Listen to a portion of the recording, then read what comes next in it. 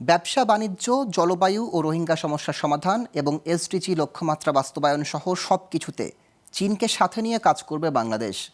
পারস্পরিক কাজে দুদেশের স্বার্থ নিশ্চিত হবে বলে জানিয়েছেন পররাষ্ট্র উপদেষ্টা মোহাম্মদ তৌহিদ হোসেন।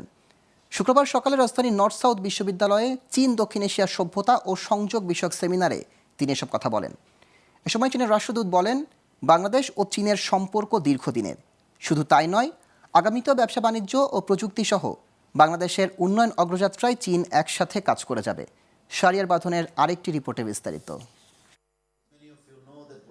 সকালে রাজধানীর নর্থ সাউথ বিশ্ববিদ্যালয়ে আয়োজন করা হয় চীন দক্ষিণ এশিয়ার সভ্যতা ও সংযোগ বিষয়ক seminar.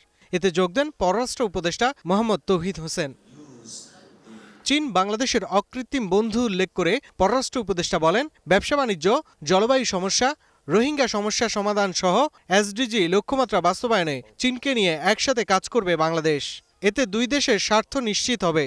In this era of global challenge, from climate change to economic uncertainty, it is also imperative that we work together with China, not just as strategic partners, but as friends.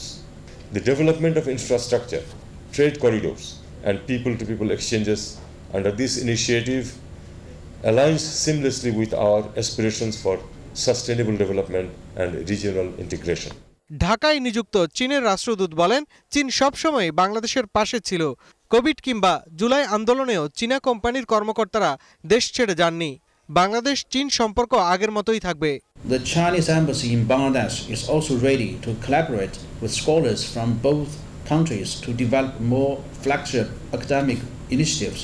Together, we can foster a quality platform for think tanks to plan together, build together, and share together. ইয়াও when আরও বলেন, বাংলাদেশ সহ দক্ষিণ এশিয়ার সঙ্গে সম্পর্ক বাড়াতে আগ্রহী চীন।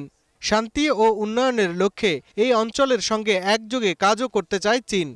And create an enabling environment for intelligence to pull consensus and advance regional cooperation. Shahriar বাঁধন, গ্লোবাল টেলিভিশন, ঢাকা।